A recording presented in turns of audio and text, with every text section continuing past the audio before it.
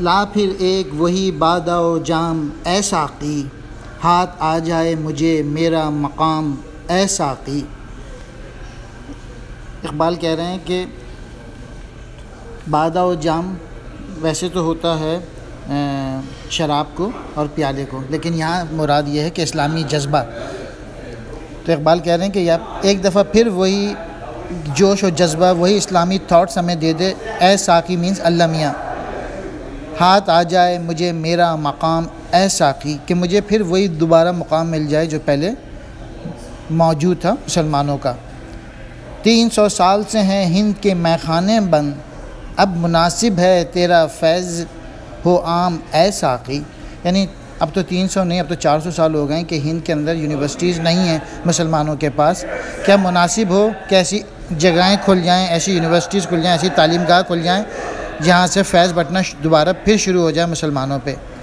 میری مینائے غزل میں تھی ذرا سی باقی، شیخ کہتا ہے کہ ہے یہ بھی حرام اے ساقی۔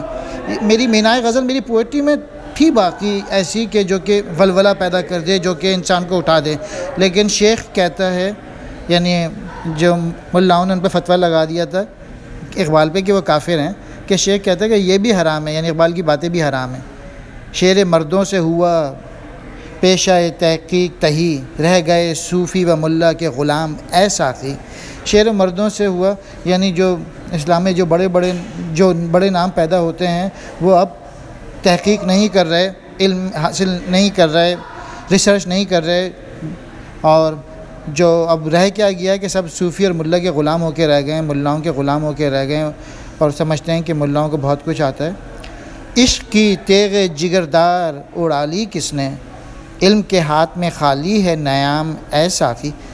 عشق یعنی کس نے ختم کر دیا مسلمانوں میں سے، اب ان کے پاس کچھ نہیں رہا، خالی ہے نیام، یعنی ویسے تو کہتے ہیں جو تلوار رکھتے ہیں کہ جو جگہ ہوتی ہے، تو کیا یہ رہیں کہ بھئی خالی پڑا ہوا ہے۔ سینہ روشن ہو تو ہے سوز سخن عین حیات، ہو نہ روشن تو سخن مرگ دوام اے ساقی۔ سینہ اگر روشن ہوتا ہے تبھی چیزیں حاصل ہو سکتی ہیں، تبھی پوئٹری بھی سمجھ میں آ سکتی ہے، اور اگر یہ روشن نہ ہو تو پھر جو بھی اقبال کہہ رہے ہیں وہ بیکار ہے باتیں۔ تو میری رات کو مہتاب سے محروم نہ رکھ، تیرے پیمانے میں ہے ماہ تمام اے ساقی۔